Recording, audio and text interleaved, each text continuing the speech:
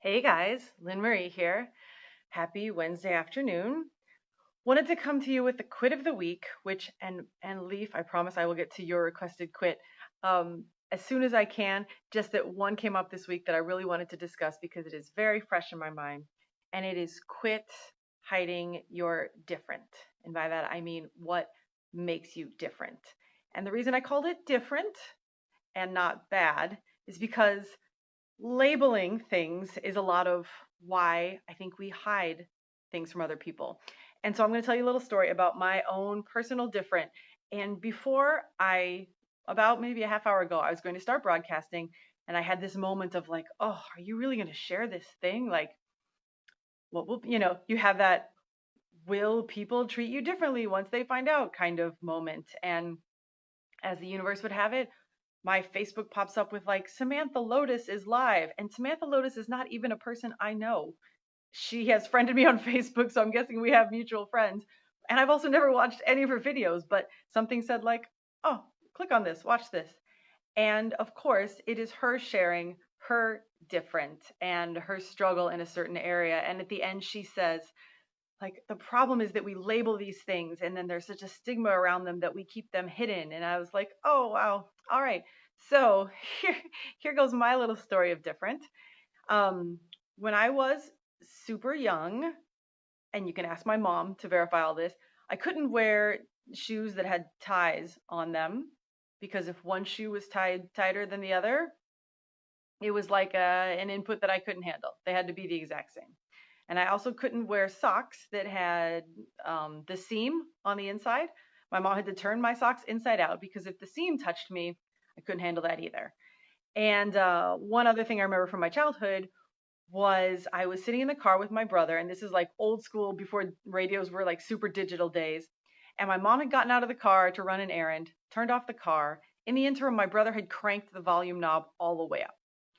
And my mom gets back in the car, she turns on the ignition, and the speakers, the radio comes on full blast. And it felt like I had been shot, and I burst into like extreme tears. And, so it wasn't like, oh, that was a little loud. It was like a full body extreme reaction. And I will never forget what that felt like. Um, and, little things like that had happened throughout my life. And I remember sitting when I was working as a resident at the Mayo Clinic. I was just in the waiting room at some point and I grabbed a magazine and I saw this article on something called sensory processing disorder. And reading it, I was like, oh, this makes so much more sense. Everything they described, variations of it, were what I felt. And, we have five senses, and in this disorder, you can process all of them differently, or you can process one or two of them differently. Like for me, sight isn't a problem. I'm trying to think of all the taste isn't too much of a problem. My big two are auditory and tactile. So if you try to tickle me, I will go from very little in the way of like, martial arts skills out of capoeira to like straight up Mike Tyson. Like I will just start punching because tickling feels like 20 knives are stabbing me at once. And that's the second worst, what are they called? Sense for me. The worst is auditory.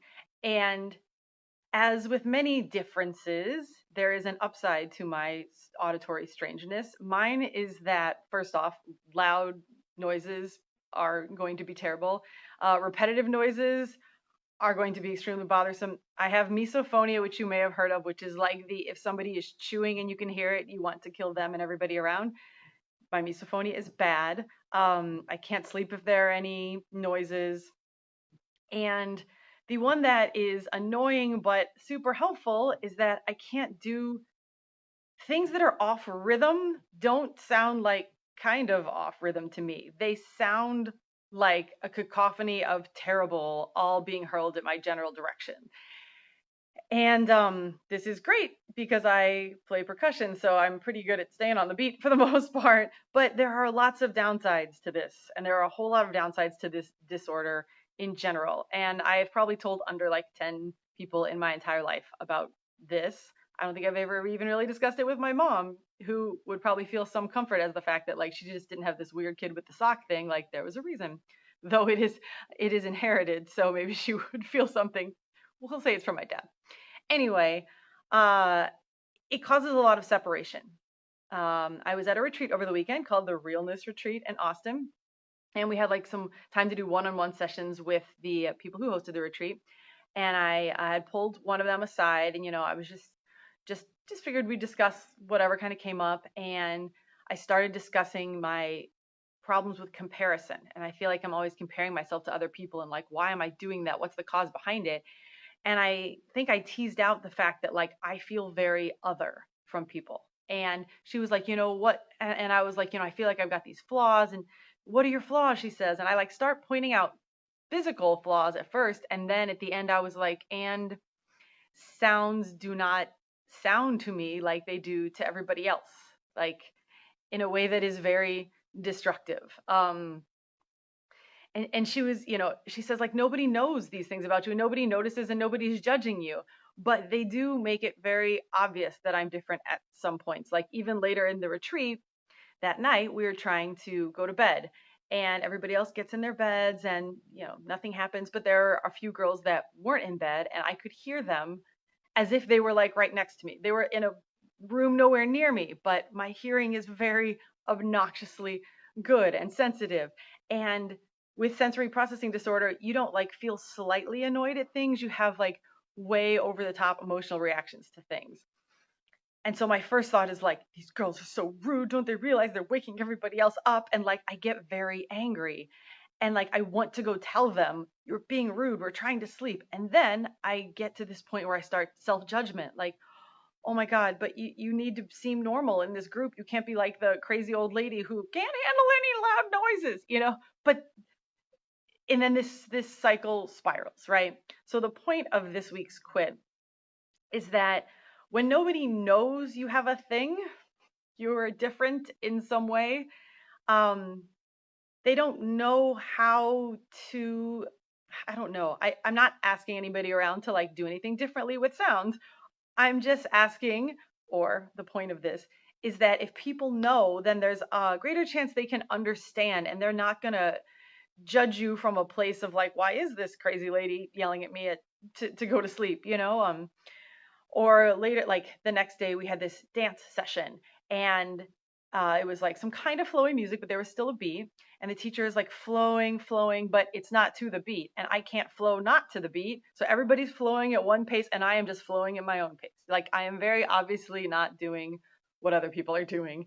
And, then the self-talk starts again, and what if I instead I had just told everybody at the beginning of the retreat, I had told everybody at the beginning of the retreat, guys, I have like a really bad case of resting bitch face. So if I look like I'm not listening or look like I'm angry, I promise I'm totally listening, not angry, and maybe just thinking about food. I came with that disclaimer, but what if I had said, hey, I have this sensory processing disorder. So sounds that are going to sound probably normal and non-evasive to you are going to sound kind of like machine guns to me or like bombs going off or like it's hard to describe. I once saw an episode of The Big Bang Theory that I think is the best analogy I've seen. Metaphor. Anyway, the best comparison. Sheldon, if for those of you who know The Big Bang Theory, they don't come out and say what he has. They describe him, but they have characterized him as a little bit OCD and maybe some Asperger's symptoms, but he has to have things a very certain way all the time. And his friends know that to an extent, but you can only know to an extent when you haven't experienced it. And so in this one episode, they like this one guy is like, it doesn't matter that we haven't taken back this DVD that was due, 10 years ago. And Sheldon's like, it matters to me. And then Sheldon's like, how can I make you understand like my OCDness? And the way he did is he gave this friend this extremely itchy sweater to wear with nothing underneath it, like until he returned this DVD. And to me, that's a really good explanation, like of what it is like when sounds come to me or feelings come to me that are extremely intense and not in a normal way. It is like an itchy sweater that bothers me. And like when you're extremely bothered, you're like, just get it off. And like it may be an emotional reaction that I have that's like, get this sound away. And because that's not necessarily super socially acceptable, And people are like, what is wrong with her? Like, I've had this many times. People be like, I don't even hear that sound. If I'll be like, do you hear that beeping? And the beeping will be like 17 blocks away and I can hear it. And I'm like, well, I got to hang up until this beeping is over. Like, I don't even hear the beeping. Like, so it's very hard to sometimes get that across. But if I had just stopped like hiding this, and not that I was really ever actively trying to hide it, but it takes a lot of explaining. And also, like Samantha Lotus was just saying in her video, once you're labeled with a thing, you're really afraid that people are going to be like, oh, that's the girl who has the weird thing. And maybe let's just not go play in her sandbox because she's different and we're going to have to like not do our sounds weird or not chew with our mouths open or whatever. But I decided, hey, I'm going to quit hiding it. It's just who I am, because I think the self-talk that comes with hiding it is destructive. It's destructive to my relationships when I react negatively to things and people are like, why are you reacting so negatively to me? Like, why are you looking at me in a certain way or doing a certain thing? And I want to say, like, I'm not. Like, what you think is a nothing sounded like a gunshot to me. And I just reacted as if I was reacting to a gunshot. But it's very hard to like have other people be in my shoes and understand that. So I come off very offensive sometimes when I am not meaning to. So that made me realize, like, for all of us out there who have a little bit of different in us, quit hiding it. Manage it as best as possible, but you're not really serving anybody. It's a little scary to share things like this. If people judge you, again, same thing with them judging any quit, maybe not your people. We get to choose our people, remember. But yeah, I think there should be a lot less dissonance and discord in your life. Oh, it's funny, I gave those all in like auditory terms, but yeah, that makes sense. There should be a lot less of that strife in your life when other people can understand you better. That's all it takes, is a little bit of explanation. And it's, not like I'm going to say, oh, I expect everybody to excuse every reaction I have from now on because I told you I have sensory processing disorder. Nope, not a thing. Like, I still have to work on it. There are therapies for it, etc. But whatever you have, is it bipolar or depression or anxiety or OCD or ADD or ADHD, or you name the letters, if you've got a thing, then within reason and boundaries, maybe share it and hope that those who love you and understand you will be able to understand you more because of it. And maybe it will take a little bit less stress from your life. Anyway, that's this week's Quit of the Week. Hope you're all doing great. Plugs of the week. Check out my YouTube channel. Check out the podcast because Dara Brustein was on. She's super amazing. And if you have issues around money, which I think many of us do, she's got great suggestions. Highly recommend that. And if you're at the podcast and you'd like to leave a review, I would really love that. And if you scroll down on my Facebook, there's a little video that shows you how to make a review. But that's all I've got for now. Hey, if you want to share your different in the comments, great. You want to DM it to me? Also cool. Want to talk to me about any other quit? You know where to find me. All right. Have a great week. Bye.